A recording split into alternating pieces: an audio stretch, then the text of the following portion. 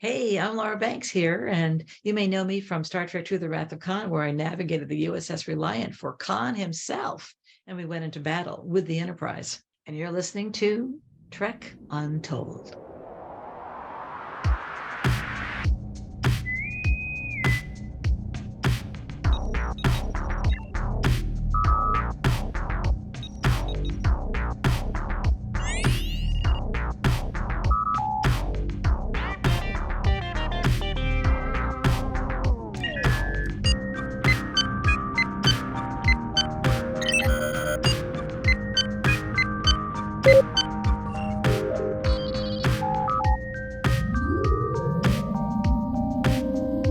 Hello and welcome to Trek Untold, the Star Trek podcast that goes beyond the stars. I am your host, Matthew Kaplowitz. The Wrath of Khan is undeniably the best Star Trek film ever made and holds that rank across the entire sci-fi genre. It was a perfect movie in every sense, with an amazingly crafted story, great visual effects that hold up to this day, and a cast that understood the assignment and came together to make pure movie magic. Ricardo Montalban set the standard for villains in this franchise, often imitated, but never duplicated. As Khan, he wreaked havoc for the entirety of the movie and delivered some of the best ominous lines of dialogue for a baddie ever.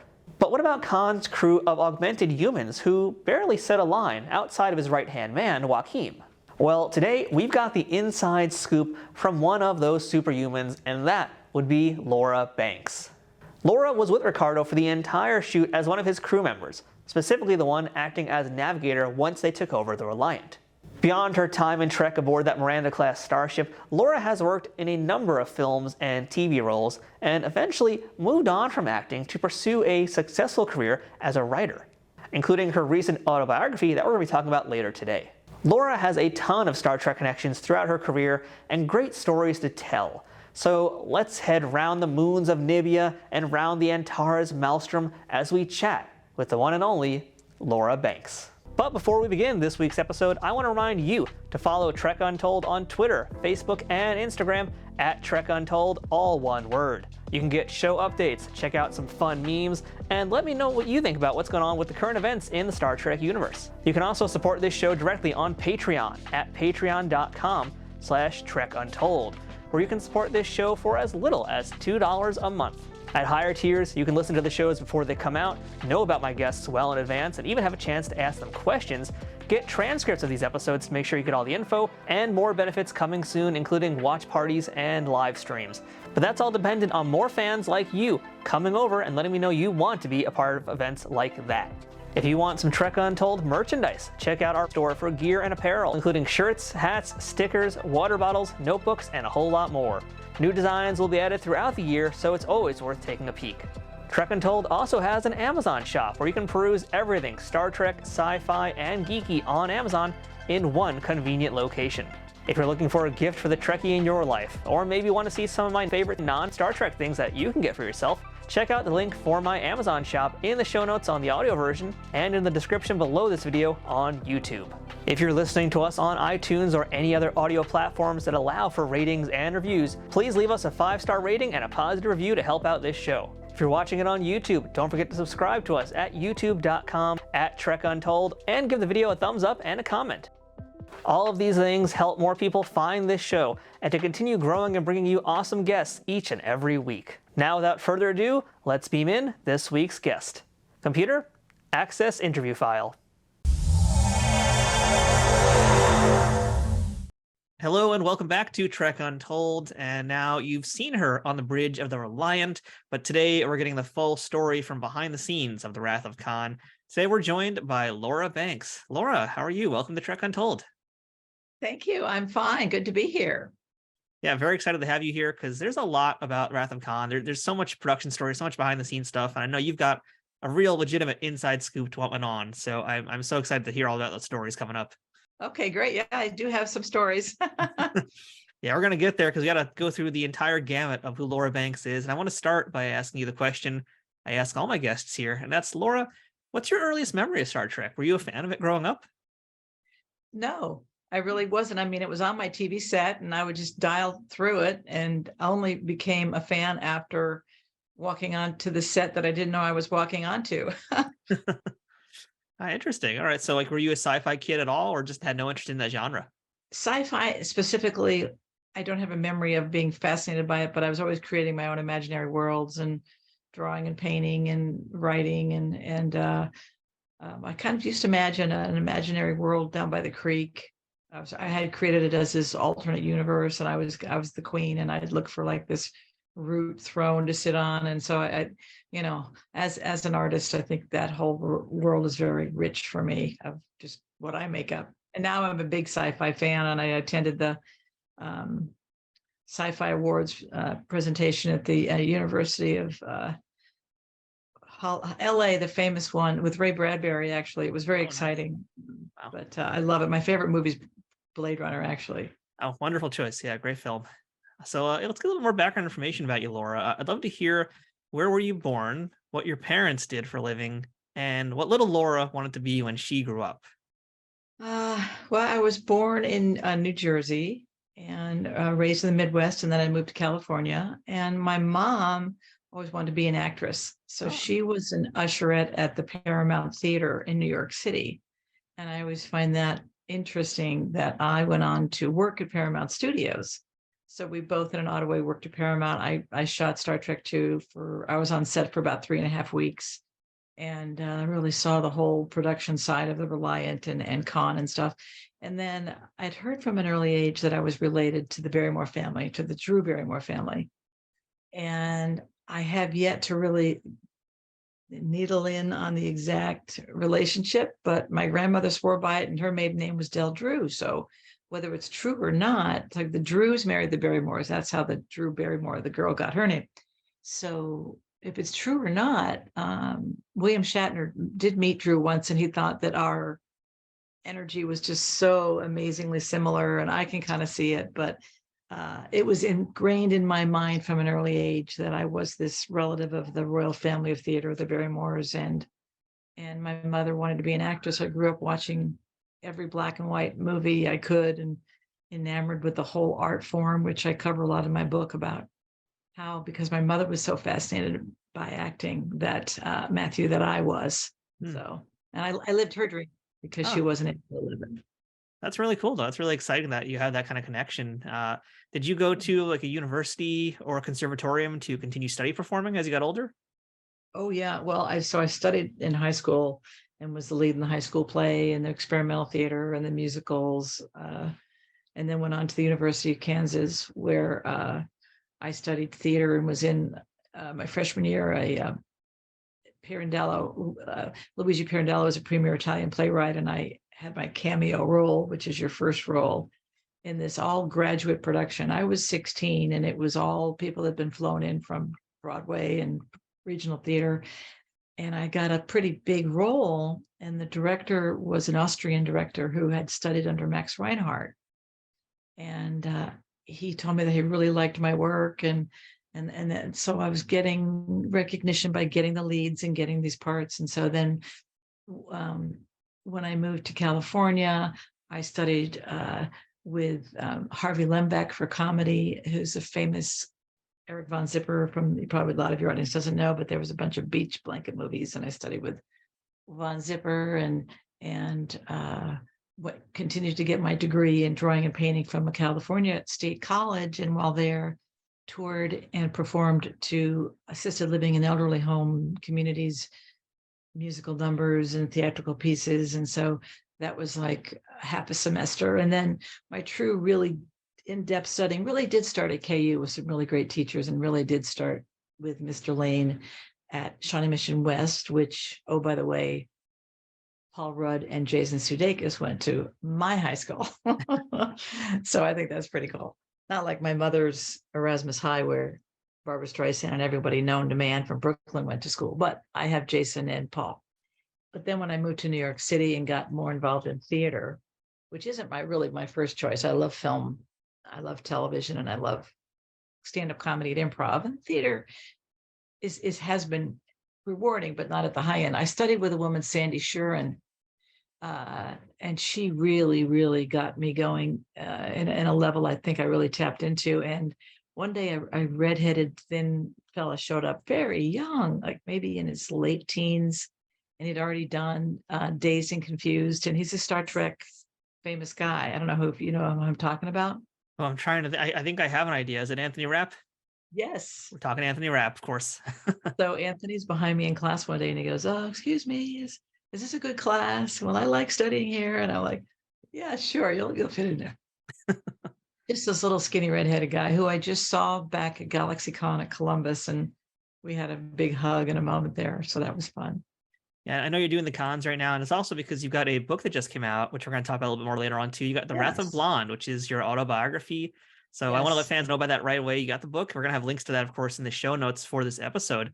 And also, I'm not going to run down every single kind of behind the scenes thing you've got, because I want folks to read the book. So we're going to get out there right now. But I do want to ask you about one other Trek connection you do have. And that is, you talked about doing some improv comedy, and there's a certain well-known Trek performer who you did some stuff with. Who was that? I just keep looking at myself in the screen. I actually am not a fan of Zoom because I'm consumed by my own image and getting it all just right. It's really sad. So the woman that I had an improv comedy troupe with when I first moved to San Diego in 1979, who I met right out of the gate, I can only imagine I must have responded to a classified ad looking for actors, because I still am not 100% clear how I ended up within this improv troupe, Spontaneous Combustion. But Whoopi Goldberg was the premier player of this troupe and fought to keep me in the troupe, and very, very cool. We've stayed friends, and I saw her on a one woman show, and she brought me backstage and introduced me to Mike Nichols, who, if you guys don't know who Mike Nichols is, just study him. He's an incredible director and writer and comic improv genius. So she had the value of Mr. Nichols directing her play, and then off and on, she just recently, like a couple of years ago, gave me tickets to her touring show, and so I'm hoping to reach out to her with my book. But she's a great talent. I mean, to work on stage with her, you just sort of back off and you kind of hand her stuff or let her, go. But actually, this is a fun story. So I was backstage at the Spook Show, which was her show, and she said, she said, "Laura, you were the first person I knew doing something famous." And I'm like, "How does that work?" She said, "Well, I was sitting in the audience and I was watching Star Trek, and my daughter, Alexandria, says, 'Mommy, isn't that girl from your improv troupe?'" And Whoopi looked again. She said, "Sure enough, it was you." She said, "You were the first person I knew who ever did anything famous." So I sort of take some credit for her ending up in the Star Trek franchise, whether it's worth it or not. And that's a lot of fun. I've watched Whose Line Is It Anyway a ton, and I always love the episode that Whoopi does on that show. So I'm curious, with your experiences on her, with her actually performing on stage, like what was your favorite type of improv game to do with her? She had a prop box, which is not, considered the elite way to do comedy, but it's like the Carrot Tops of the world. But Whoopi and her imagination, to do a game with her, it would be like trying to do a game with Robin Williams or Robin or Winters, Jonathan Winters. They're so talented, they don't mean to, but it's less of a game and it's more of them just exploding with talent. And so the game is for me to listen and to support. And it wasn't that she wasn't a supportive player. I mean, some of my favorite games are party, where you walk in and you've got a treat and you announce who you are, and everybody's got a different who, what, where, and you got to figure out who the person is from the audience's response and things like that. That's one of my favorite. But it's a lot of games I love. I've done improv my whole life. I love improv. Trek Untold will return momentarily. Trek Untold is sponsored by Triple Fiction Productions. Celebrating 15 years in business in 2023, TFP creates 3D printed Star Trek and sci-fi inspired items that fit into any collection. Whether you're a cosplayer who wants a Starfleet phaser, a Bajoran tricorder, or a Klingon dagger, Or a toy collector looking for that special accessory or diorama to make your figures truly stand out? Triple Fiction Productions has exactly what you need. And for you figure fanatics, that includes products that are the perfect size for Galoob, Mego, Playmates, and everything in between. All products are 3D printed in the US, with new designs constantly being updated on their website. Repeat customers can sign up for TFP's loyalty program for free, which is a great way to save money as you build your collection. Repeat customers can sign up for TFP's loyalty program for free, which is a great way to save money as you build your collection. Repeat customers can sign up for TFP's loyalty program for free, where the more you order, the more discounts you receive. TFP also has a pay what you want section, where clearance or misprinted items are available at a discounted price. Best of all, every product can be shipped worldwide. As a special bonus for listeners of this show, Trek Untold has a special discount code just for you. Enter Untold10 at checkout for 10% off of all orders with no minimum purchase required. That's 10% off using Untold10. To see all of their products, head to triple-fictionproductions.net. Or to stay up to date on their newest products, find them on Twitter, Facebook, and Instagram. Triple Fiction Productions, where something is only impossible until it happens. Hey everyone, Matthew from Trek Untold here, and I want to tell you about a big Star Trek event happening in May in New York City. Trek Long Island is kicking off in Hauppauge, Long Island for the weekend of May 20th and 21st.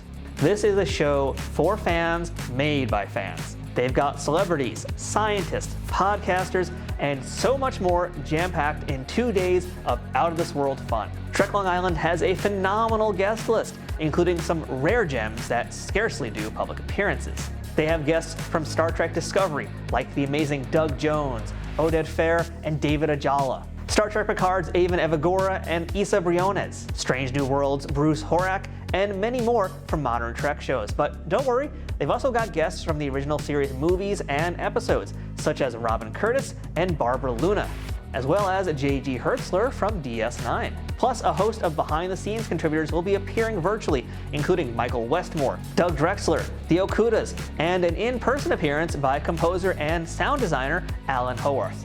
There's going to be panels with Star Trek authors and historians, scientists breaking down the science of Star Trek, visual effects artists explaining how the magic gets made, and so much more, in addition to panels from fans like you. Trek Long Island has something for everyone, and that includes all ages, as there will be children's entertainment and activities, and evening cabarets and late-night comedy for the adults. This event is going to be 2 Trek-filled days you do not want to miss. So prepare your away team for May 20th and May 21st for New York's best new fan-run Trek convention, Trek Long Island. Check out treklongisland.com for more details on how to pick up tickets and attend. Trek Long Island, boldly going and going kindly. But normally, Laura, on this show, we kind of like dig around some other stuff before we get into the Star Trek. But if I'm correct, Star Trek Wrath of Khan was actually your on-screen acting debut. Is that correct? That was my on-screen acting debut. Yeah, I was looking for work in Dramalog, which was the backstage. It's now Backstage West. They were bought, and Dramalog had an ad in the back, a classified ad describing me to a T.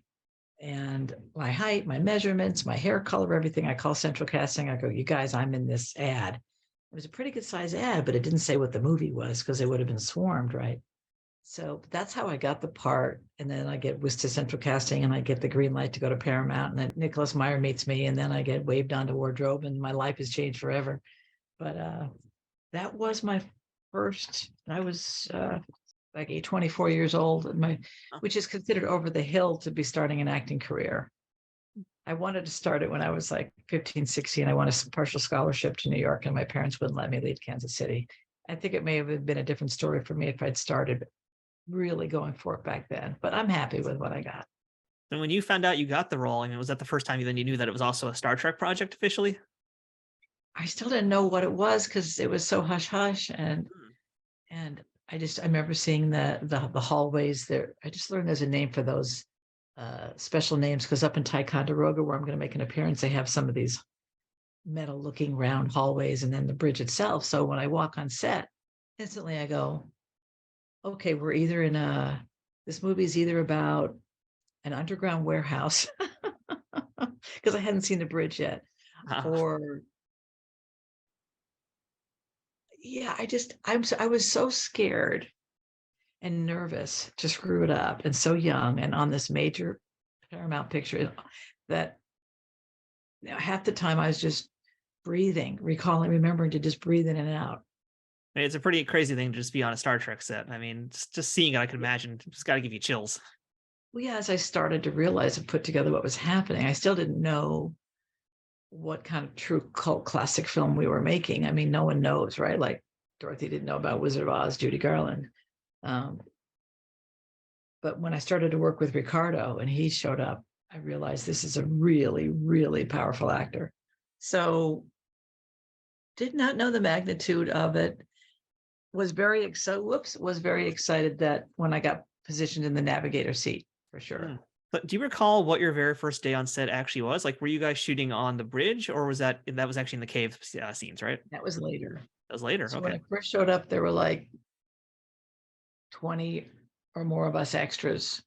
And when I got into my wardrobe, which was the most difficult part, and I talk about it in my book, I call us the rug people. It's when we were put in these giant costumes that covered our heads and our bodies and made us look enormous. I mean, all of us, the women had to be 5'10" and over. I was 5'11", and the men had to be 6'2" and over. And so we were big, super genetically engineered people, right? And so then they put me in this costume, which weighed a ton, and I really couldn't breathe.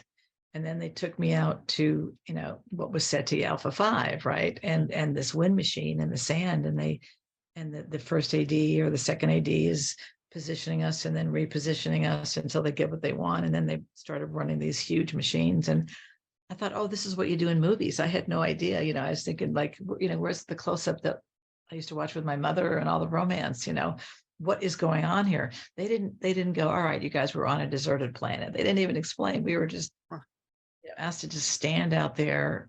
It was obviously deserted, and we did a bunch of takes to get it right. And I remember not enjoying that. I remember not enjoying that day. Yeah, it sounds pretty horrible. I mean, that's got to be a real kind of culture shock to go from theater to then that kind of a setting. That's something else. Yeah, Nicholas Meyer had to pay a fine to work with me because I was in none of the unions, and you're not allowed really to get roles unless you've got a quality that they can't get anywhere else. And he just agreed to pay the fine. There was a woman on set, another one of the cons women, who was union and had been an extra. I was not a professional extra, and she was, and she tried to get me thrown out. And that's when Nick agreed to just, he liked my acting, because when we were then back in I call the RV, the cons RV little trailer park we had there. And, note to anyone, if you're an extra in a movie, just keep acting, because you never know who's looking at you. Like a lot of the background players were just kind of like, when he'd yell action, I noticed they weren't emoting or anything. And I would, as an actress, and Nick asked me, you are an actress, right? I went, yeah. And that I was like action. I was really in the scene. And by then I'd been moved even more forward. And then when they yelled cut, Ricardo had just done something. Walter Koenig was there. And Nick says, good job, Laura. And I thought, oh my God. So I was like, okay, he's paying attention to me. And so then day after day, more and more extras were let go. They go, if you don't hear your name there, then that means you're staying. And the rest of you, when you hear your name, thank you very much. And so I kept not hearing my name, and I kept not hearing my name, and I kept not hearing my name. And it turned out me and Nancy Rogers and like 4 or 5 guys. And, by then we had our own trailer, and we knew, and then we were brought into the bridge for the fight sequence. And of course, plot to intercept Enterprise ready, sir. My only line that was in the script that they did not give me due to budgetary concerns. I remember the day that Nick was looking at the script, and I could see him struggling and wanting to give me the line. And he swore up and down that he'd never make another major movie with a big studio because of all the constant input Paramount was giving him on the project that he didn't want. So I just got invited to Monsterama in Atlanta, and I guess Nicholas is going to be there, and I haven't seen him since 1982. Oh, wow. So I get to ask him why he didn't give me my one line. I want to be in the room when that happens. I still get to say that I'm partially responsible for the demise of Spock, which is what I say. That's pretty accurate. I would go with that. Yeah. So talking about Nicholas Meyer, I mean, the man is a genius. The script for the film is so dense and amazing, and the direction for it as well is just stellar. I mean, what Yeah. did you think? I mean, did you actually get a chance to read the script? Because as you're mentioning, like in the beginning, you didn't quite know what stuff was happening. I mean, were you allowed to look at the No, script? I really didn't. Wow. I was like the poster child for the film. My picture was in Time magazine, above Dan Rather made my Mother's Day, and I was on the box cover and a lot of acting, a lot of sequences in the fighting, but they would just tell me in the moment what was happening, and I got most of my direction right from Ricardo, watching him make all these amazing choices, and he always stayed in character. So it wasn't like you could go over and chat with him. He was always staying in character. Yeah, so let's talk about Ricardo Montalban a little bit, because I mean, the film is nothing without Khan. I don't even know where to begin asking about the man, but I guess I'll start with, how was he offset? I mean, did you get to actually hang out with him at all in between takes? I did. I mean, I had weeks working with him, and sitting right next to him. And then when he's dying and he's going across the front of the bridge, we're like right next to each other. He was really wanting this role to work. He was very, very committed because this was his breakout role. He was doing Fantasy Island at the same time. Not his breakout role in the sense that he'd been a matinee idol in Mexico forever and had been doing films in the States, and hurt his back horribly falling off a horse in the 50s, and was in agony the entire time filming. And I would watch him. They'd yell action and he'd come to life again and stand up and do what he needed to do. And they'd yell cut and he'd just fall back down. You could just see the pain he was dealing with on a regular basis, and taught me a lot about commitment to craft, to say the least. But like I said, he did stay in character a lot, Matthew. So it wasn't like you could go, hey, Mr. Ricardo, how are you today? And I was so intimidated. It was my first time on a set, and I've got this huge camera in my face, and I'm trying to remember what I'm being told to do. And I'm thinking, I'm going to get caught. I'm not supposed to be here. The whole imposter syndrome, like, how did I get here? And one time we were standing and waiting for the next shot, and a big giant light fell, maybe weighed 50 pounds, and crashed within about 3 feet of us. And if we had been just moved over slightly more, I was just able to tell his son-in-law, Gil Smith, about that at the Creation Con in Vegas. Gil had heard that his father-in-law almost was severely injured due to something, and that there was a big bang. And so he didn't know that that's what it was. But one break, again, I'm new to a movie set. I don't know, everyone's being pretty nice, but everybody's pretty freaky because of the budget and the time, like how much money they spent making one. They knew it was sink or swim on the franchise with two. And so everybody was on pins and needles for the most part, except for when we had the birthday party for Nicholas Meyer, which was really fun. Not a whole lot of joking going on, but I saw a big director's chair, and I didn't know from director's chairs who they were for or whose they were. And I thought, oh, a chair, and I'll go sit in it. And I went and sat in one of the chairs, and someone kind of shot me a look, like, what? It's a chair.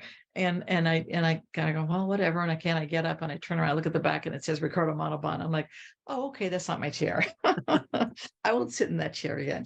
That was a cuter story, but he was always like, and how are you today? And very old school. He's the kind of guy that would lay down your coat in a puddle, his coat, not your coat. If you lay down your coat, that wouldn't be very Probably nice take guy. my coat for you, basically. Yeah, somebody's coat, but not yours.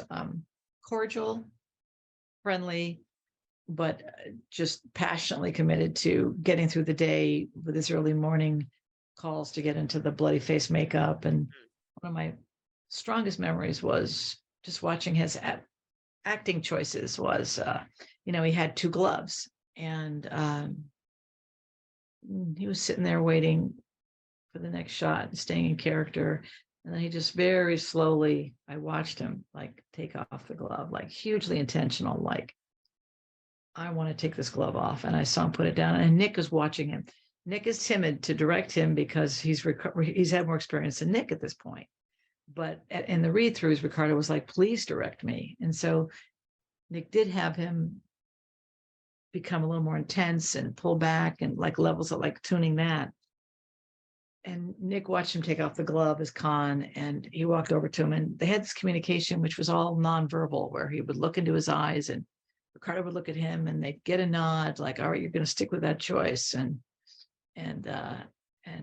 Nick was good. And then I felt that the hand being exposed showed more of his own vulnerability, and he could do more with one hand out of a glove. Hmm. And it was way before Michael Jackson, so he didn't know that one glove is hip, so. Well, now I just can't get the image out of my head of like Khan, but with a sequined glove, just like Michael Jackson. That's missed opportunity right there. Exactly. Yeah, now you talked about the scene as well you have with Walter Koenig and Paul Winfield as well, the Ceti eels in that little cavernous area in the Botany Bay. But really, outside of that, I mean, the Augments, Khan's crew don't really get to spend any time with any other Starfleet people. So, I mean, did you cross paths at all with like Kirstie Alley or Shatner on set, or was it always just kind of you and Khan and the other Augments?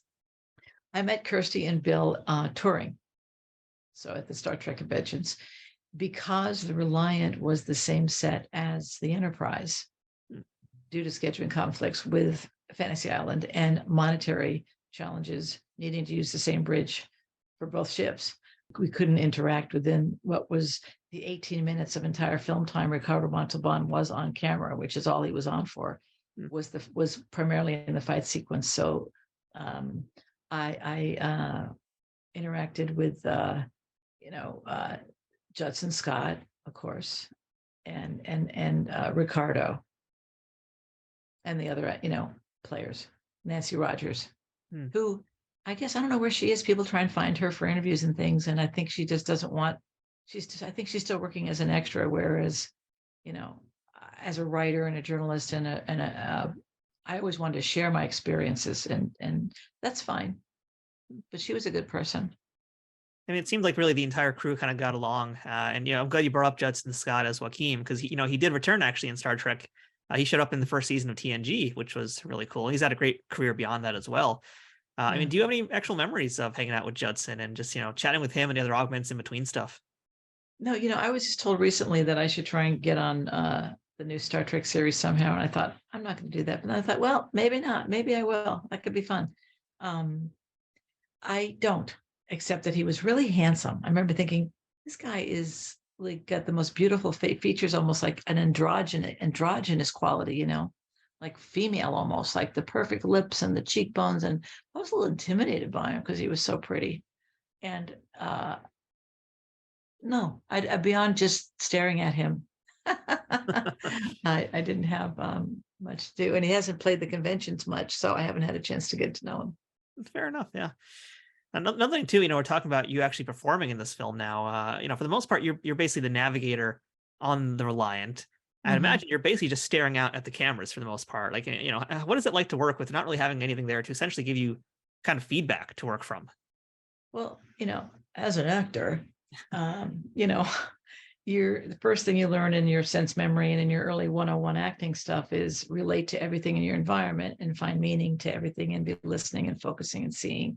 So since I had that skill, and that's what gets you out of the nerves, if you can stay focused in your environment. So I wasn't only looking out, I was looking at the technical choices from the console and the buttons, and then I would interact with someone over here, and then I would look, and then I would look away because I would be fearful of what I might be looking at. I mean, I wanted to show as much as I could in just those moments. And it was funny because during the fight sequence, we were all looking in a different spot. And Nick was like, cut. You guys, this isn't working. Hang on. And then it took him like a half hour to figure out to get a pole and put a masking tape on it with an X on it and say, everybody look here. So then he goes, this is the Enterprise. Okay. So now we know where we're all looking. And then he's like, sway to the right, sway to the left. Everybody's bump. Okay. So whatever they were saying to do, you had to do. And, making that look realistic was its own little challenge. One of my more favorite moments was when the PR person invited Nancy and Ricardo and I to do a photo shoot, just totally on the fly. Hey, we got nothing else to do. Let me take some shots. Of course, that became that shot that was seen by so many people of Khan with the two ladies. And I had so much fun filming that. And Nancy was so nervous because we were told we couldn't wear any makeup. So we were sneaking on a little bit. And I remember like Kirstie Alley in Star Trek 2, it's like she had like too much makeup going on. She had like the reddest like glossiest lips. And I thought, well, maybe, I don't know, but I certainly wanted makeup too. But since we were abandoned on a planet, left for dead, Yeah. all I got was dirt, which was sort of my life in a few of my other films I started, where some women go in for a close up and a makeup retouch. I get dirt and spray down with fire repellent. But a girl's got to do what she's got to do. So before the shoot, Nancy and I think, sneaked on a little bit of mascara, and she was nervous because she had nail polish. So when you see some of the shots, she's got her hand in a funny position where you can't see her nails because she refused to take the nail polish off. But Ricardo was more easygoing with us that day, and we had some laughs taking those shots. I've heard a lot of stories, even from more modern iterations of Trek, where apparently nail polish is just a no-no. So that's something that just lasted through generations somehow. Yeah. I read that your character, by the way, actually had a name. Is that true? Well, I'm a playing card, and they gave me a name on the playing card. And I thought I had my playing card. I was going to show you somewhere. What name did you hear? I think it was like Maha Root or something, or Mahajit or something. Yeah. So that was more just kind of in the video, in the game, though, more so than the actual Wajahat, Wajaha. Yeah, I think it was Okay. more in the game. Okay, interesting. So, when you finally saw the movie, did you see it in the big debut, or was it later on, or what was the first time you ever seeing Wrath of Khan? Well, I was in Los Angeles, still struggling as an actress. I got that part, and then the next year I got a lead role in a film, Wheels of Fire, but still struggling, and saw myself in Time magazine, which changed my life. That was such a freaky day. And then with some friends, just went to the big screen and saw it, and it's just like, what? It was just so strange to see myself so big on screen, and to see it all together with the James Horner music, and to see what I was a part of. It was then that it hit me. Oh my gosh, this is magic. This is a very special thing I did. I had no idea before that. I had no idea. And the wild thing too is it's considered the best, if not one of the best, Star Trek films of all time, one of the best sci-fi films of all time, and even just standing alone as a film itself, it's a masterpiece, and you were a part of that. That's just gotta be wild to think about.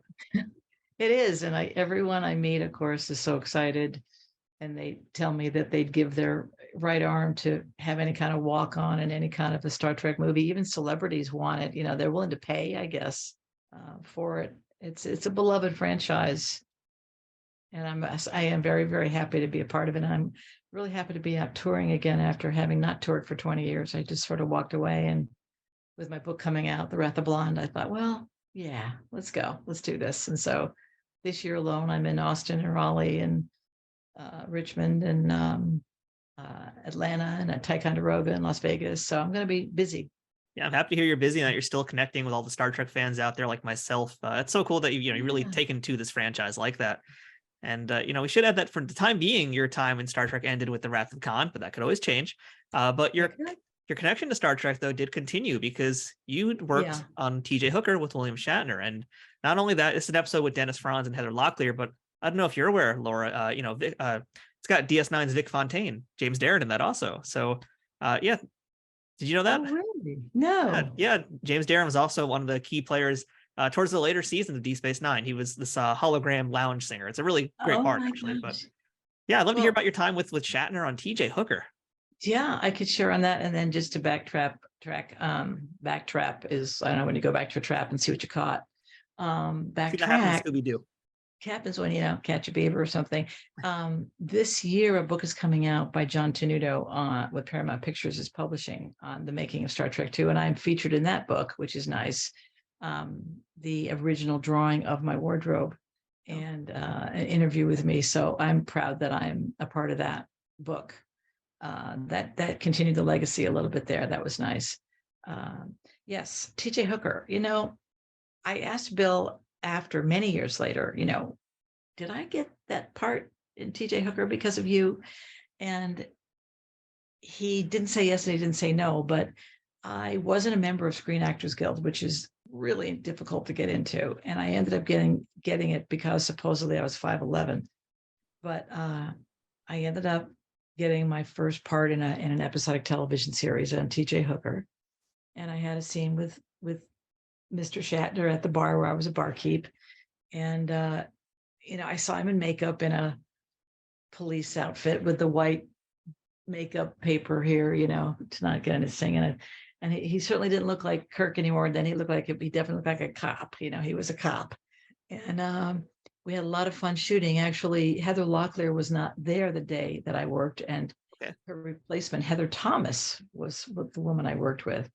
And my favorite line from my scene is when Heather Thomas says, "Oh yeah, back off, Fireball." So to this day, if I have trouble with anybody, I just say, "Back off, Fireball," and they go away. So I'm gonna definitely use that sometime. That's a good line to hold on to. Yeah, back off, Fireball. And Bill was very professional. He seemed to be pretty easygoing. I mean, I didn't see him shooting Star Trek, so I wouldn't know what he was like in the making of that. But in TJ Hooker, he was very personable with everyone. They go, "Oh, William Shatner's difficult or not nice." And what do you think of that? And I have a comeback line, which is part funny and totally true, which is, I don't know how he is with everybody else, but a young, tall, blonde starlet, he was very nice to me. Very fair indeed. Now, you also did some work with Roger Corman, and I know a lot of it's going to be in your book as well, Wrath of Blonde. And again, I want to leave a lot of that for folks to read in your book. But we talk about Corman a lot on this show, and I'd love to just hear some general memories you have of that man. Oh, I didn't know you spoke about Corman here. Oh yeah, he crosses paths with a lot of different Trek people. Roger Corman. Well, there's a tie-in story here back to Wrath of Khan on this one. So I was cast in Wheels of Fire, which is a really kind of an awful film. But my character was good. I play a Sigourney Weaver type leading armies into battle, and we beat the bad guys with a team of true believers and shot in the Philippines. And I signed contracts with Roger. I do need to back up into this story. So when I was in the lobby waiting to read, it was a sea of tall blondes. Every tall blonde in Hollywood was reading for the role of Stinger. And I remember thinking that was pretty funny. And one of the women in the room was Lana Clarkson. Do you remember her? I don't think I do off the top of my head, no. She was in Deathstalker. She made over 17 B films. She worked with Corman. I worked with Corman on a few films. She worked in many. The role of navigator in Star Trek II: The Wrath of Khan was originally cast with Lana Clarkson. Oh, wow. And she decided to go home for Christmas. So that's why they needed me 11th hour. That were non-union. They had to break the rules and get me in there. And all of my outfits said Lana Clarkson on it. And the very, very tragic footnote to this whole story is that she was the one that was murdered by Phil Spector. Oh, wow. The Phil Spector murders. So waiting to go in, I've got my lines memorized, which was to see Roger Corman. It's a bunch of like, men this way, and you're not going to do it. You're not going to make it out alive. A lot of barbaric sci-fi, and it was an apocalyptic end of the world kind of movie, right? And remake of Road Warrior, Mad Max. And I walk in another room, and Roger's sitting there and some casting people, and it's a very small room, and I'm trying to do this character, and I don't have a lot of room. But I remember thinking, Roger Corman's here. So this is good. I've made it down to where I'm working. I'm auditioning right in front of Roger. And I just gave it everything I could possibly give it. And I got the part. And then he was with me signing autographs of the contract at a hotel in Sunset Boulevard. And we met at the top. And the man I was with at the time was very clear about the no nudity clauses, and kind of gave Roger a hard time about what they had to put in there to protect me. And Roger was just very much a gentleman, very soft-spoken. Well, yes, that will be fine. That will be no problem at all. We will take good care of it. So my memory is of him being just very soft-spoken and easy to get along with. But of course, a brilliant marketer. And Clint Eastwood in 17 of his films said he studied Corman. For coming in under budget and on time on a regular basis, which is to say the least, and then selling them to countries all over the world, of course, with different names and things. Yeah, I mean, he's a very smart guy. Ford Coppola, right? Ron Howard, yep. Jack Nicholson, Barbara Hershey. Who am I forgetting? I mean, there's a lot. I mean, I actually just watched The Raven the other day. In fact, I'm just reminded like how much fun it is to see those movies, especially. But just what an amazing worker he is. Yeah, and I quote Coppola in there, who says, much nicer than this. He says something like, you're not the greatest situation to be in a Corman film, but he gives people their first chance to learn the ropes. Many go, well, Laura, you had this break in Star Trek, and then you had a break with Corman in 2 movies, and how come you didn't kind of go further? But I do talk about it in the book, not in a bitter way, but it's a highly comedic book because I'm a comedy writer. I don't believe anyone should read a memoir that isn't funny. I think that's cruel. But I do talk about the fact that I did get a late start of my career in my mid-20s and how it is a world of who you knew. And I didn't go to a fancy school, and I moved to New York City in 1985, where my credits in film, action pictures didn't carry weight. They wanted to see if I'd carried a spirit the public or something. They didn't care. And so I came to New York for a relationship, and I think it did hurt my career because right then I was being seen for the lead in Desperately Seeking Susan. I was being seen for the lead in Clan of the Cave Bear. I mean, things were going really well. And typical to you guys, you throw us ladies all off course all the time. And so I let that happen. But I ended up picking up my comedy career up in New York. So I digress, but don't even remember what the question was. But Well, on behalf of men everywhere, I apologize for us derailing your career. And but I mean, it is pretty cool though, because you basically started them down a new path. That's what you do, and for the most part nowadays, which is writing. And I know you've written a few different books. We mentioned Wrath of Blonde, but please just kind of run us down some of the things that you've authored in the last few years. Well, I did want to mention other TV wise. I hosted a show on the Sci-Fi Channel called Inside Space, where I interviewed Carl Sagan. And I had about a dozen episodes on sci-fi. And then when they were finished with me, they brought in Bill Mumy from Lost in Space. Yep. For Also host. From Star Trek Deep Space Nine too. He had an episode there as well. Yes. So Bill and I worked on the Inside Space, and then the other TV, other movies. Yeah. So books I'm the most proud of everything I've done, which in my mind isn't much, but like people are very sweet and say, oh, I know your whole career. And I'm like, well, thank you, because it really is kind of a limited career, professionally, yet it's more than most, ever get. So I'm happy with having had the experience of having starred in films and things. And Demon of Paradise, my other action picture. I don't make movies, Matthew, without the word action in it. Action horror, action comedy, action adventure. Yeah. So I've written 4 books, and they're all, first one was about online dating, way ahead of its time, that nobody bought, that was published by Career Press. And then my other books were highly comedic in nature, to say the least. And one was a USA Today bestseller, which was Breaking the Rules, Last Ditch Tactics for Landing the Man of Your Dreams. And that sold about 250,000 copies. And that was at William Morris for a TV deal. And then my third book, Embracing Your Big Fat Ass and Owner's Manual, was with Simon & Schuster, and that too is being considered for a television project. So fingers crossed on this 4th book, The Wrath of Blonde, that it will become a reality, part reality, part a reenactment, either film or series. That's how I wrote it. And because I've had such success writing in a way that got the attention of film producers, I'm actually working with Anthony Moore Communications in Burbank, which is a big PR firm, when I launched the book in May officially. And they're going to put together what's called a book video to present to all the streaming channels. Oh. And one of my goals is to involve the Star Trek fans in the film, because part of the book takes place at conventions. So I'm hoping to bring it full circle. That'd be great. There's so many folks who I've talked to on this show who, a lot of them, were in Star Trek and they did acting for quite some time. And a lot of them left and they pursued other interests, and they've been very successful in those other interests. Yeah. So, I mean, it's not really, it's not like taking an L at all. It's really just like figuring out what works best for you. And I'm glad that you found like the path you want to go on that's making you happiest.